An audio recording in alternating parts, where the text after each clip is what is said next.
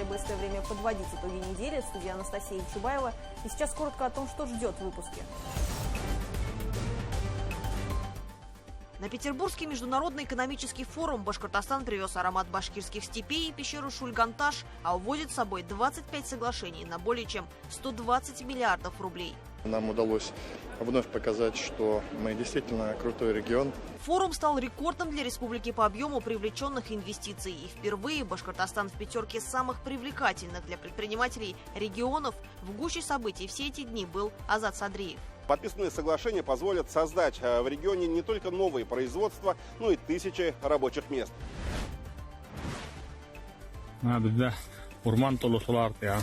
Шелкопряд губит пчел. Пасечники жалуются на мор насекомых после обработки лесов, убытки сотни пчелосемей и миллионы рублей. Хоботок он выпустил. Он вот такой дергается, на ногах уже стоять не может, падает. Но если остановить обработку, погибнут леса, тогда и собирать нектар пчелам будет неоткуда. Артур Шамсудинов изучил проблему. Учитывая нынешнюю ситуацию, делать хоть какие-то прогнозы на урожай не приходится. Самый крупный водоем республики может исчезнуть. Общественники бьют тревогу, а Слыкуль мелеет. К сожалению, много нарушений по поводу водоохранной зоны, на машинах заезжает. Все это негативно влияет на водный объект. Что стало причиной проблемы? Толпы туристов, изменение рельефа в округе, добыча нефти или вовсе предпосылки сегодняшних событий были заложены еще в советское время. Удастся ли спасти жемчужину Башкортостана, узнала Айгуль Хатыпова. Раньше был берег, сейчас начинается овраг. В России провели уникальное исследование ко Дню русского языка. Аналитики выяснили, какие регионализмы прочно укоренились в речи и составили карту уникальных слов разных частей страны. Мы выпустили новое исследование местных слов. Слов, которые распространены в конкретных регионах России, а не везде. А Лилия Курбанова провела свой опрос, узнав у уфимцев, какие слова, по их мнению, используются в русской речи только в Башкортостане. Разве что слово «айда». Из тех, которые мои друзья из других регионов сходу понять не могли.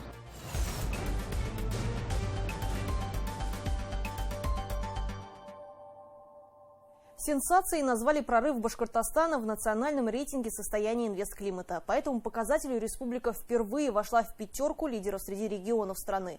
Такой результат оценил и президент России Владимир Путин, который выступил на пленарном заседании Петербургского международного экономического форума. Делегацию Башкортостана возглавил Ради Хабиров. Какие соглашения удалось подписать в северной столице и почему зарубежные инвесторы хотят расширить свое присутствие в регионе? Обо всем подробнее расскажет мой коллега Азат Садриев. Десятки стран, тысячи участников, сотни журналистов. Петербургский международный экономический форум – самое крупное очное мероприятие с начала пандемии. В прошлом году его отменили в связи с коронавирусом. На этот раз решили провести с соблюдением строгих санитарных правил. Башкортостан, традиционный участник данного форума, вновь удивил гостей. Республика Башкортостан. 5-я позиция. Мы в пятерке лучших регионов национального рейтинга состояния инвестклимата. Даже в непростой пандемийный год экономика Башкортостана не сбавила обороты, а благодаря диалогу между властью и бизнесом и оказанным мерам поддержки сделала сенсационный рывок, обойдя даже Московскую область. Мы приняли 3 пакета мер. Общая стоимость их в целом 46 миллиардов. 55 тысяч субъектов малого и среднего бизнеса получили реальную помощь в рамках реализации этих пакетов. Помогали не только деньгами, снизили административные барьеры. В городах и районах еженедельно проводятся инвестчасы и часы предпринимателей. Эффективно работают бизнес-шерифы, пример которых правительство планирует растиражировать по всей стране. В ходе пленарного заседания, которое провел президент России, Владимир Путин отметил достижения Башкортостана. Хочу поблагодарить субъекты федерации, которые в сложнейших условиях эпидемии, требующих предельной концентрации ресурсов и внимания, не взяли, что называется, паузу в этой работе, не ссылались на обстоятельства, а продолжили работать над улучшением делового климата. Вели диалог с бизнесом, привлекали новых инвесторов.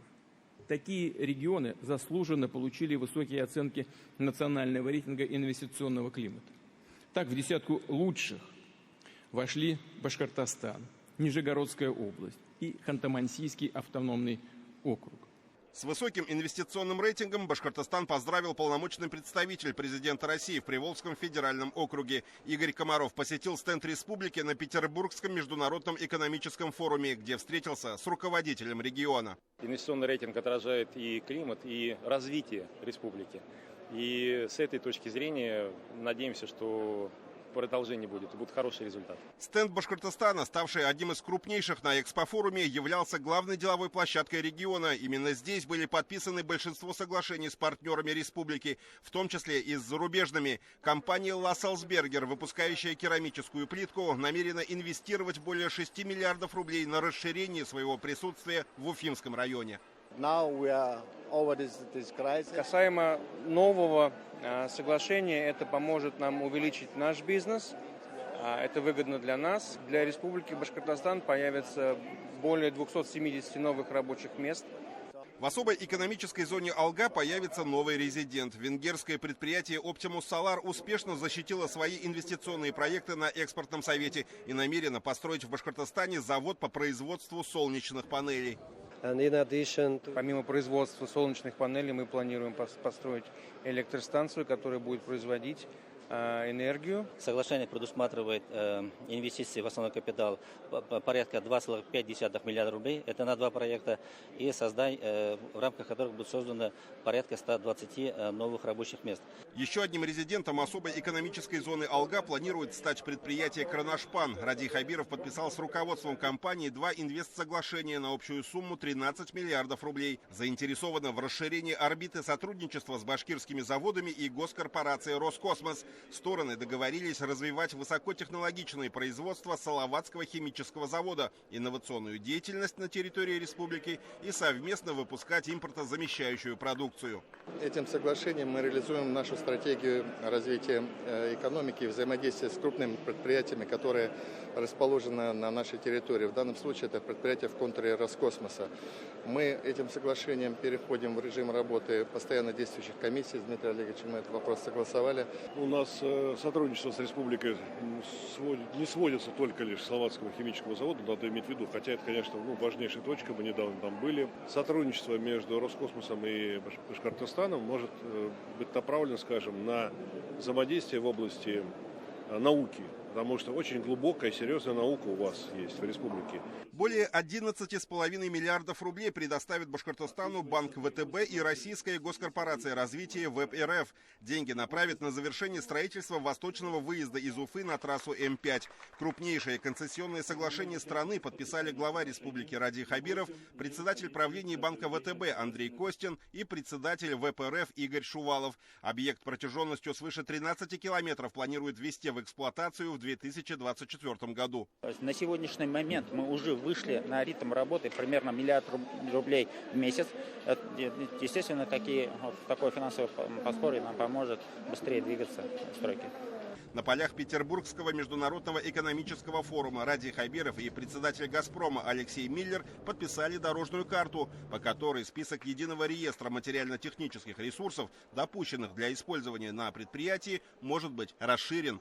Обсуждали в северной столице и улучшение экологической обстановки в регионе. Эффективному и рациональному использованию природных ресурсов будет способствовать подписанный документ между Башкортостаном и Росгеологией. А башкирская содовая компания инвестирует почти 28 миллиардов рублей в модернизацию производства и снижение экологических рисков. Всего же на Петербургском международном экономическом форуме Башкортостан заключил 25 соглашений на 122 миллиарда рублей. Нам удалось вновь показать, что мы действительно крутой регион.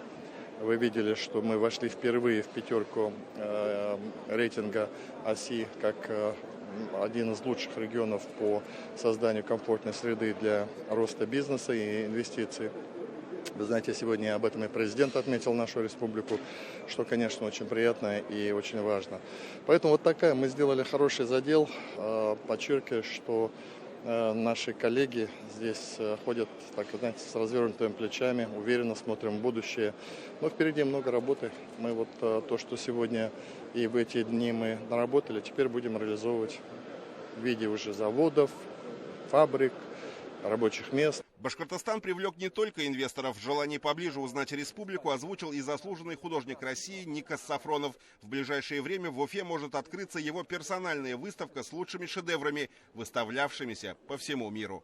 Башкортостан успешно завершает свое участие в работе Петербургского международного экономического форума. Республика впервые попала в пятерку лучших регионов в национальном рейтинге «Инвестклимата». А подписанные соглашения позволят создать в регионе не только новые производства, но и тысячи рабочих мест. Задача не только реализовать эти планы, но и увеличить потенциал республики к следующему году. Азат Садриев, Артур Ханов. Итоги недели.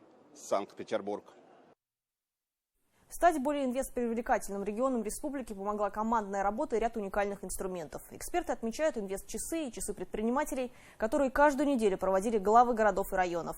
Также для делового сообщества создается цифровая инфраструктура, чтобы избежать бумажной волокиты. Ради Хабиров поблагодарил представителей бизнеса республики за то, что сообща удалось пережить непростой год, связанный с коронавирусом.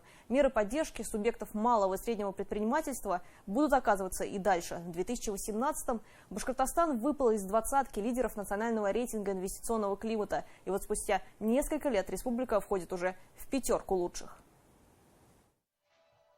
Хороший венец той работы, которая была проделана последние 2 года.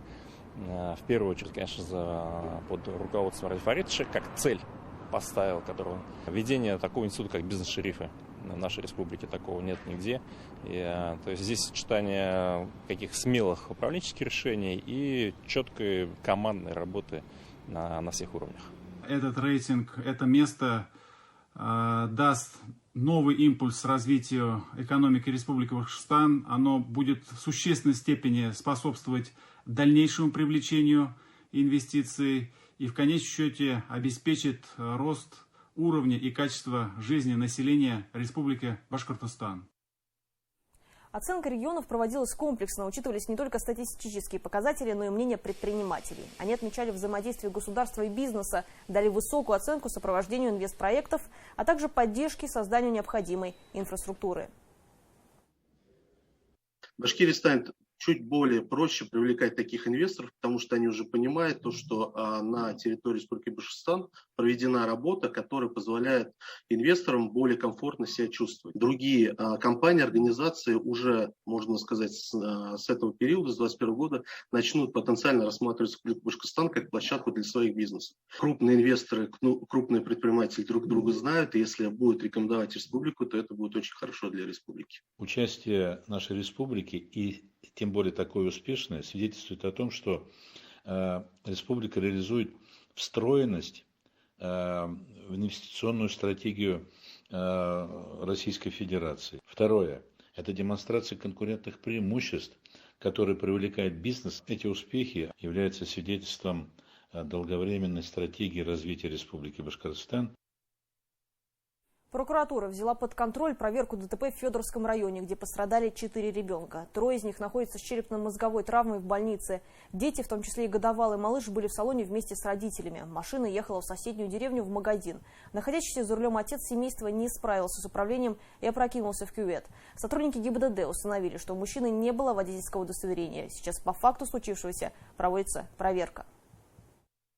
В 8 часу вечера на автодороге Балыч-Терман-Михайловка Федоровского района 28-летний житель Салавата, управляя ВАЗ-2115, не справился с рулевым управлением. Известно, что супруги совместно со своими детьми и 2 племянниками направлялись в магазин в соседнюю деревню. По факту аварии начато разбирательство, в ходе которого будут установлены причины и условия возникновения ДТП. В южных районах республики вовсю идет борьба лесников с шелкопрядами. Так уж вышло, в эту войну против своей воли оказались втянуты пчеловоды. Десятки хозяйств потеряли свою главную рабочую силу и рискуют остаться без меда в этом году. Сумму ущерба пока посчитать сложно, но некоторые уже оценили возможные убытки на миллионы рублей. Кто будет возмещать ущерб и был ли шанс предотвратить эту ситуацию, расскажет Артур Шамсудинов. Эти кадры словно по канонам типичных фильмов ужасов. Массовое нашествие насекомых, от которых не спрятаться, не скрыться. Даже колеса трактора полностью усеяны шелкопрядами. Казалось бы, борьба с вредителем – дело первоочередной важности. Правда, никто и подумать не мог, что решение одной проблемы породит другую. Вот эта пчела отравлена. То есть эта отрава действует на желудочно-кишечный тракт пчелы. Хоботок он выпустил. Он вот такой дергается, на ногах уже стоять не может. падает.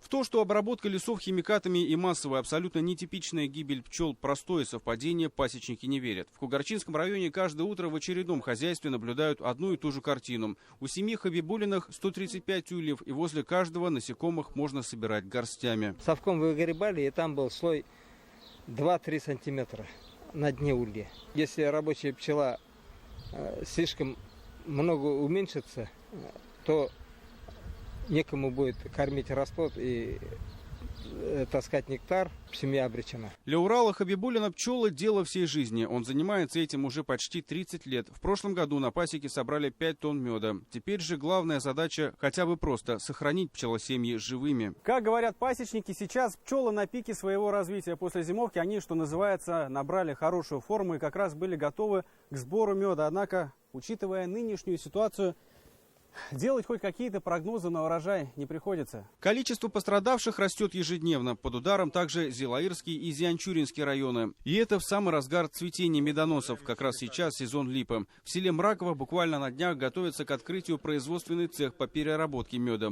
Предприниматели намерены импортировать его в том числе и в другие страны. Конечно, запасы на первое время есть. Но будет ли хватать сырья в будущем? В прошлом году мы получили грант на покупку оборудования. Это у нас гомогенизатор на 10 тонн, потому что мы хотели начать мед в Китай. Но в этом году вообще не знаю, что происходит, потому что начали травить жука. Уже скоро нужно перевозить пчел на липу, а пчел нету. В замешательстве и лесники, ведь если не уничтожить шелкопрядов, вредители уничтожат леса. Чтобы охватить как можно большие участки, специальные авиаотряды обрабатывают территории с воздуха. Непарный шелкопряд в первую очередь поедает лиственные деревья, липу, березу, дуб. В принципе, если он все съест, то лес может погибнуть. И сами пчеловоды останутся тоже без липы. В этом году обрабатывали 2 препаратами, химическим клонрин и биологическим лепидоцит. Клонрин имеет опасность номер 1 для пчел. Пчеловоды в один голос жалуются, что по поводу обработки территории их, может, и предупреждали, а вот конкретные сроки не обозначили. А в некоторых случаях авиаотряды нарушали график, а потому в хозяйствах просто не успели вовремя подготовиться и принять защитные меры. Там, где химпрополка прошла, люди туда начинают переезжать, они опять туда посылают самолет. Где еще не должны обрабатывать, тоже туда посылают самолет и наземную службу обработки. И получился вот такой случай. Обычно в таких случаях пчел либо закрывают в ульях на пару дней, что тоже может быть губительно для насекомых, либо перевозят в безопасные места. Однако возможного укрытия им никто не предоставил. На компенсацию пчеловоды могут рассчитывать только в том случае, если будет доказана гибель пчел от отравления какими-то веществами химическими и будет выявлена организация, которая это сделала. Поэтому в первую очередь надо получить сейчас результаты анализов, а потом уже пчеловоды смогут обратиться в суд уже за компенсацией ущерба. В пострадавшие пасеки направлены специальные комиссии, которые отобрали пробы погибших насекомых, а также растений с образцами пыльцы. Теперь все домыслы должны развеять эксперты, которым придется установить, есть ли причинно-следственная связь между травлей вредителей и гибелью пчел. Артур Шустрина, Булат Садриев, Виктор Меренков и Иван Шабрин. Итоги недели. Под угрозой еще одно достояние Башкортостана. Озеро Аслыкуль мелеет, бьют тревогу общественники. Водоем зарастает водорослями и рискует превратиться в болото. Но тревожные новости поступают не только из Давлеканова. Озера и реки мелеют в других частях региона. Куда утекает вода и каким последствиям это может привести, выясняла моя коллега Айгуль Хатыпова. Зеленая линия – это берег был. Раньше это был берег. Вот сейчас камышом все заросло. На сколько метров от берегов отступил Аслыкуль, на глаз определить невозможно. Но местные жители бьют тревогу. Водоем действительно мелеет. Но с озером Аслыкуль происходит что-то непонятное. Мелеет оно. На глаз видно уже, что мелеет.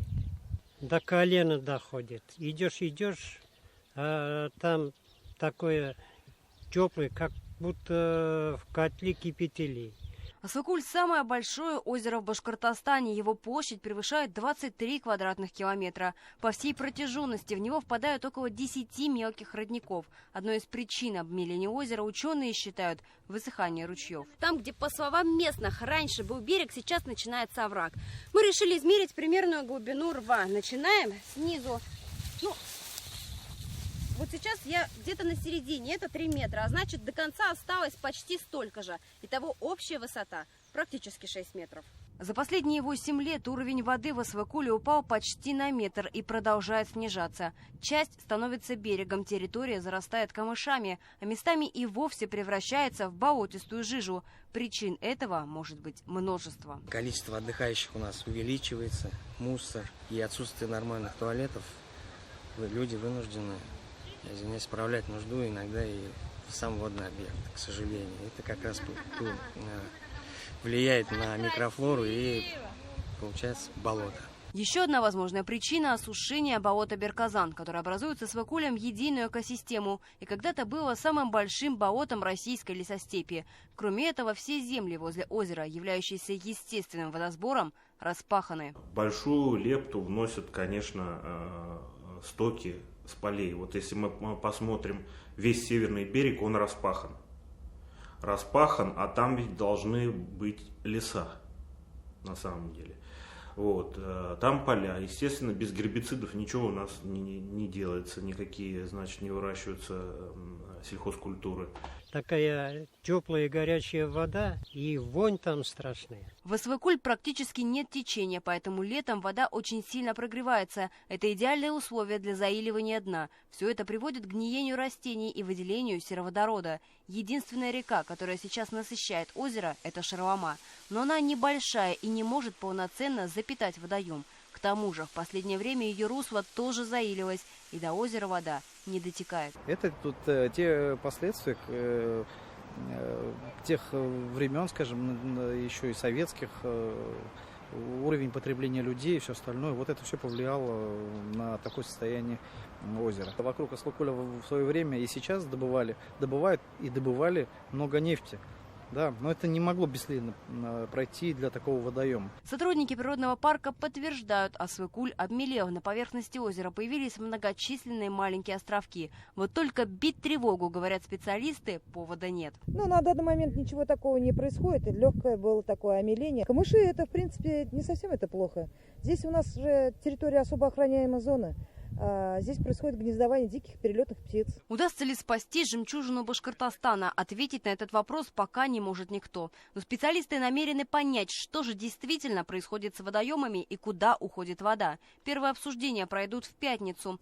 Но чтобы найти истинную причину обмеления, уже понятно, потребуются годы. Множество исследований и изысканий и миллионы рублей, чтобы помочь водохранилищу не исчезнуть с лица земли.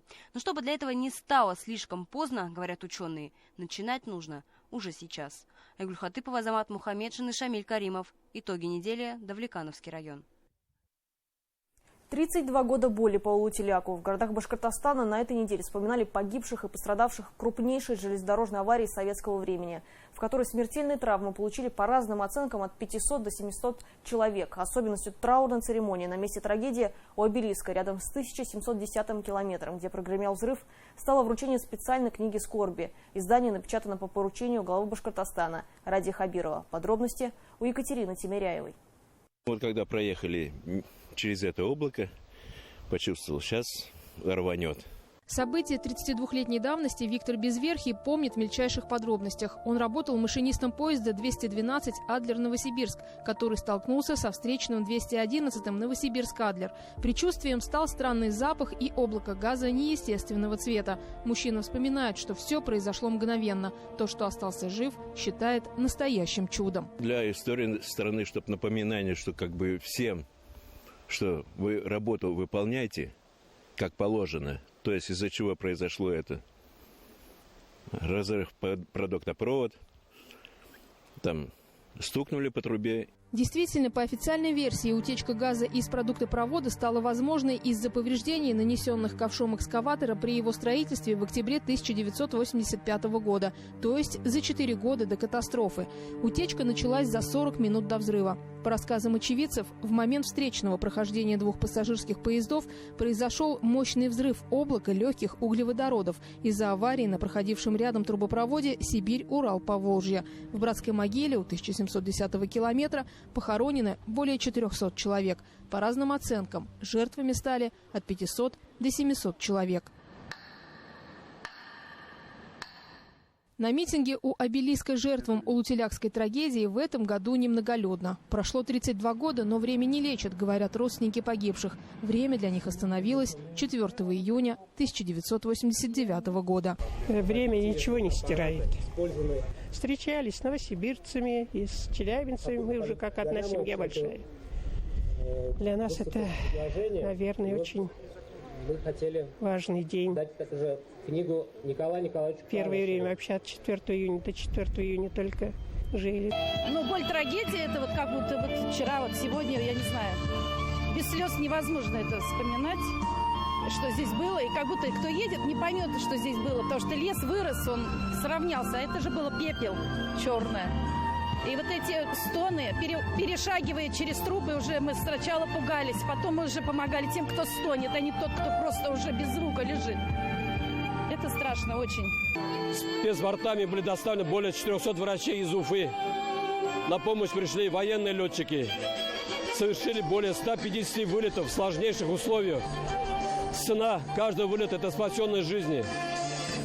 Все, кто работал на ликвидации последствий, студенты, все те, которые сдавали кровь пострадавшим, они работали не за награды, не за признание, а по зову сердца. Равнодушных не было. 2 года назад, 30-ю годовщину Улутилякской трагедии, семьи погибших и пострадавших обратились с просьбой главе Башкортостана Радиу Хабирову выпустить книгу памяти. В этом году издание, которое состоит почти из 200 страниц, вручили участникам митинга. Сам Ради Хабиров говорил, что у него сохранились тяжелые воспоминания. Будучи выпускником юрфака Башкирского государственного университета, он принимал участие в ликвидации последствий этой страшной железнодорожной аварии. Ради Хабиров приезжал на место катастрофы в 2019 году. По поручению главы Башкортостана тогда благоустроили площадку у обелиска жертвам Улутилякской трагедии. В книге «Скорби и памяти» отображены реальные истории, уникальные архивные снимки, истории очевидцев и заключения экспертов. Книга очень нужна, она будет напоминать людям вот о такой трагедии и предупреждать, наверное, людей, вот, чтобы таких трагедий больше не случилось, таких катастроф, таких жертв человеческих, чтобы не было. Я думаю так. Памятные акции об Улутилякской трагедии прошли во многих городах Башкортостана. В Уфе собрались спасательные команды, участники событий, сотрудники пожарной службы, скорой помощи, журналисты, очевидцы. В городе Дюртюли встречу провели в Центральной библиотеке. В Абзелиловском районе пригласили родственников пассажиров одного из столкнувшихся поездов. Моя сестренка собиралась поступать в технологический, именно почему поехала. Хотела поступить в технологический институт Челябинский по специальности дальше. Не успела выйти замуж, не успела осуществить свои мечты.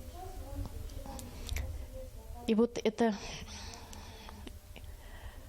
то, что и случилось, это трагедия всего народа, трагедия земли. Наверное, никто, сколько бы времени прошло, никогда не забудет это. Вспоминали трагедию и по всей стране. Родственникам также перешлют книги скорби и памяти по Улутилякской катастрофе. Человек умирает тогда, когда умирает последнее воспоминание о нем. А издание об этих событиях сохранит связь между поколениями. Екатерина Тимиряева, Вадим Исламов, Азат Тузбеков. Итоги недели. В России провели необычное исследование. Аналитики составили карту уникальных слов разных частей страны. Регионализмы выявили в Башкортостане. Работу провели ко Дню русского языка, который отмечается сегодня, 6 июня, в день рождения Александра Сергеевича Пушкина. Свой опрос среди уфимцев провела и моя коллега Лилия Курбанова. В одном углу живем, а месяц не видались. Откуда и куда? Я шел к тебе. Этим строкам ровно 200 лет, а смысл актуален по сей день. В этом и проявляется классика стихотворения Александра Сергеевича Пушкина. Сегодня вслух читали все желающие. Флешмоб в день рождения поэта. Дорог он тем, что он арабчонок, а настолько Русью пахнет. В 1819 году, 18-летним, он приезжает в деревню, в свое имение. И вы знаете, прощаясь с ним, он такие строчки написал. «Простите, верные Дубравы, прости, беспечный мир полей и легкокрылые забавы, столь быстро улетевших дней». Это 18 лет, воспитанный французами. Мне страшно, Пушкин, помоги. Однажды я всю силу страсти. Сегодня не только его стихотворение, еще и о нем. Поэзия как хобби и даже замена психологу. Эмоции свои выплескиваю просто, возможно. Как-то нельзя же все в себе копить. Как называли Пушкина друзья или какой псевдоним он взял себе в 1814 году? За правильные ответы на вопросы сегодня можно было получить символические призы. В инстаграме волонтеров культуры республики проходит викторина онлайн. Вопросы о старинном значении русских слов. Например, колымага. Сегодня в разговорной речи обычно так пренебрежительно называют машину, которая разваливается на ходу. Однако раньше слово использовалось для обозначения закрытого четырехколесного экипажа, на котором приезжали во дворцы. Так что колымагу раньше, наоборот, себе могли позволить только состоятельные люди. Вот уже 10 лет 6 июня отмечают и День русского языка. В 2011 году в России праздник учредили как государственный. В современной речи много заимствований. По результатам разных исследований от 50 до 90% значений импортные. И вот, кстати, очередное импорт. То ли греческое, то ли английское. Но даже свои русские слова могут звучать как странный набор букв. Институт Виноградова и Яндекс.Дзен составили карту диалектных слов в разных точках страны. По словам одного из соавторов, нынешняя городская региональная классика мало изучена. В списке о Башкортостане есть «отживать», «агай» и «апай». Часто влияют национальные языки. Мы выпустили новое исследование местных слов. Слов, которые распространены в конкретных регионах России. Они везде отсутствуют в литературном русском языке. Мы это сделали с коллегами, исследовав тексты и комментарии Яндекс.Дзена за последние 2 года. Для каждого слова определили долю пользователей, которые используют это слово в данном регионе, и выбрали те, которые используются, по крайней мере, в 3 раза чаще, чем в других регионах. Разве что слово «айда». Из тех, которые мои друзья из других регионов сходу понять не могли. До тех пор, пока я не объяснил. Может быть, батыр? Батыром назвать сыновей, детей своих. Вот так, наверное. Своего сына называете батыром? Нет, кстати, но буду. Лга. Точно. Только такое. Да, из карты этой пользуемся. И понятно, что ты идешь. На защиту русской истории встала и полиция, а точнее студенты, которые презентуют свои работы о малой родине. Центр русского фольклора в Уфе объявил конкурс. Участвуют все желающие, от школьников до ученых. Тема про русские села. Раз Центр русского фольклора, мы хотели найти историю старинных русских сел. Сейчас у нас набралось 42 работы. Сейчас про Белорецкий район. Очень интересная работа. Учитель истории копал. У нас, как говорят, Ишля, Узян, Авзян, Кага, одна кулага. Такая вот присказка есть. В том плане, что кулага – это, каша. Люди этих поселений, они затем уже поселились у нас в деревне. И все вот эти диалекты, все слова, которые есть, они уже стали у нас нашими. Например, что такое бутить? Это значит бить. Я ребенка-то набутила, и он перестал хулиганить. Национальный фольклор вместе с нами с детства. Колыбельные или сказки, жанры устного народного творчества. Каждый человек, наверное, знает с детства хоть какой-нибудь один жанр фольклора. Во-первых, колыбельная песня, те же пестушки и потешки. Русский язык и русский классик – 2 достояния страны, неразрывно связанные друг с другом. Как продолжал бы свое дело Александр Пушкин сегодня – можно увидеть в Инстаграме. Вот возможная жизнь поэта в нынешнем мире. Фотографии с друзьями, игра на гитаре и поездки на дорогих автомобилях. Или вот актерская пародия на классика. Сериал о жизни Пушкина, без помпезности. В обоих случаях память о поэте остается не просто в наследии. Александр Сергеевич снова живет. Лилия Курбанова, Роберт Давлетбердин, Шамиль Каримов, Азат Узбеков. Итоги недели. Старинный, но вечно молодой праздник, а теперь еще и трезвый. В день проведения сабантуев на территории муниципалитетов запретили продавать алкоголь. В субботу сельчане отметили завершение весенне-полевых работ. Сразу в 25 районах республики прошли сабантуи. После продолжительного перерыва в связи с пандемией люди вновь вышли на массовые гуляния. О том, как прошел праздник, которого уже заждались, расскажет Руслан Батыргареев. Радует нашу праздничную программу и наших гостей своим творчеством, воздушным творчеством. С высоты около 2000 метров всех приветствует чемпион мира по парашютному спорту. На земле его заждались. Не могут начать праздник, ведь флаг Сабантуя в руках Алексея Буренина. И вот главный символ торжества взмывает ввысь. Сабантуй 2021 в Архангельском районе открыт. На сцене песни и пляски, а на борцовском ковре серьезные схватки. Местные батыры выявляют сильнейшего курешиста, чтобы в конце на плечи поднять уже не соперника, а главный четвероногий приз. Как всегда, на Сабантуях многолюдно. Сельчане, да и городские жители, приехавшие на праздник, успели соскучиться по таким масштабным мероприятиям. Ведь ждали они подобных массовых гуляний практически 2 года. Учитывая, что в 2020-м из-за пандемии проведение Сабантуев было под запретом. Не получилось в прошлом году из-за ограничений покорить излюбленную высоту Ильнару Гуджикову, но в этот раз он стал еще сильнее, перерыв пошел на пользу. Спортсмен из Узунларова стал одним из 3 победителей подъема на столб. Награда – березовый венник. Можно сразу вас спросить, как ощущение, тяжело ли было? Тяжело, да, руки устали. А так нормально, вниз не надо смотреть. Веник, смотри.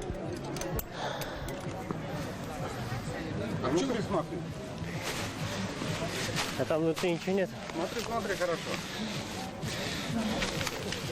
О, нифига себе, я болгарку выиграл. О, рады? Да, нормально, как раз у меня дома болгарка не была.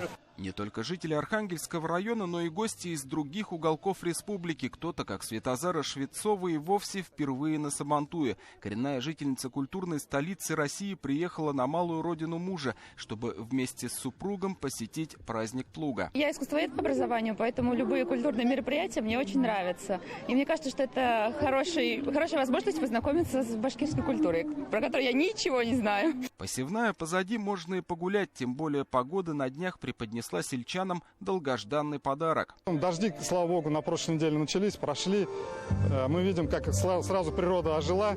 И то, что мы посеяли, наши посевные, они начали подниматься. Соскучились по Сабантуям и жители Янаульского района. Они также накануне отпраздновали окончание посевной. Все те же традиционная борьба, куреш, бой мешками и всеми любимые скачки. Но здесь еще решили опробовать новые состязания, заимствованные из скандинавских видов спорта. Есть новый вид спорта, который мы хотим внести, предложить. Это тарт-эт называется, то есть пул-пуш по-английски. Да, то есть мы посмотрим, как он здесь приживется ли. Впечатления, конечно, положительные в основном. Очень интересно, очень завораживает. Это все в новинку для нас.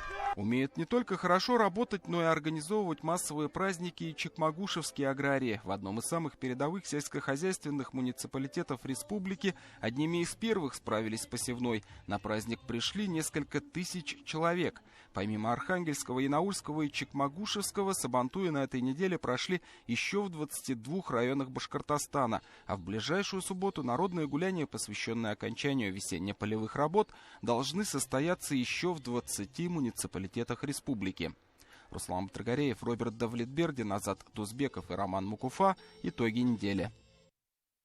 Финала не будет, но свадьбе быть. Адлан Амриев из Башкортостана оказался в очень непростой ситуации. Спортсмен получил травму в полуфинале и сегодня не смог выступить в решающей схватке финала спартакиады молодежи России по греко-римской борьбе в Уфе. Теперь его участие в предстоящем в столице республики первенстве мира под вопросом. Зато 2 других борца из Башкортостана завоевали золотые медали. О том, как сложились их поединки, расскажет Юлия Паршина. Кульминационный момент самого бескомпромиссного поединка полуфинала спартакиады России. Адлан Амриев показывает судье, что соперник намеренно вывихнул ему палец. В той схватке башкирский борец все-таки победит со счетом 6-3. Уже потом за пределами ковра будет долгий разговор с тренером и осмотр состояния рук. В тот вечер Адлан уже в больнице узнает, насколько серьезной оказалась его травма. Перелом на правой руке и вывих пальца на левой. И неожиданное понимание, какой ценой ему досталась победа в полуфинале. Затем последует вердикт врача и тренера. Финала не будет. Вот так мечтам Адлана о победе на российском соревновании в Уфе не суждено будет сбыться. Я хотел его, чтобы вставлять травмпункт, мы ходили. Потом левый палец, на левую руку, в смысле, палец, у него вывих оказывается, а на правую он уже сломан, там 2 раза вроде сломался рядом, 1 палец, короче. Старший тренер сборной России Николай Монов не станет скрывать разочарование от произошедшего. На предстоящем в августе первенстве мира важен каждый боец. И с Мухаммадом Евлоевым, нанесшим травму Адлану, предстоит серьезный разговор. Никто со счетов не сбрасывается, но оценка этого, это я уже говорил и говорю, грубая борьба, которая ни к чему хорошему не приводит, нанесение умышленной травмы сопернику, это очень грубо и жестко. Но есть и хорошая новость. Безымянный палец у спортсмена в порядке, а значит свадьбе быть. У Адлана 13-го свадьба, поэтому хорошее настроение, я думаю. Алан Амриев, младший брат Адлана, выступал в весе до 82 килограммов. В борьбе за золото ему противостоял спортсмен из Ханты-Мансийского автономного округа. Сначала Алан заработал преимущество, но затем его растерял, позволив сопернику вплотную приблизиться по очкам – 7-6. И все-таки эту встречу за золото уфимец доведет до победы. Третий борец из Башкортостана Саид Хусейн Бакаев в решающем поединке сразится против Муслима Исаева из Чечни. И здесь не обойдется без нервов. Представители тренерского штаба соперника потребуют видеопросмотр. Челлендж удовлетворят. Но победа все равно останется за представителем республики. 8-0. Эмоции хорошие. Давно на верхнюю ступеньку не поднимался. Всегда второй был. Очень понравилось то, что выиграл. Хорошие эмоции. На спартакиаде молодежи России решалось сразу несколько задач. Спортсмены пытались запрыгнуть в вагон уходящего поезда и закрепить за собой право на участие в мировом первенстве. Тренеры сборной оценивали потенциал команды, а организаторы рассматривали эти соревнования как главную репетицию перед предстоящим международным турниром. Это впервые в России и в Советском Союзе не было. Это впервые, и это проводится в Республике Башкортостан. Поэтому, да, здесь это, можно сказать, это как-то историческое будет первенство, которое действительно и для спортсменов, и для Республики Башкортостан. В итоге тренеры сформируют состав национальной команды, но увидим ли мы башкирских борцов на домашнем турнире, еще неизвестно. Имена участников мирового первенства они озвучат позже. Юлия Паршина, Ильгиз Насипов. Итоги недели. На этом все. Я с вами прощаюсь. Оставайтесь в курсе событий с телеканалом БСТ. Всего доброго.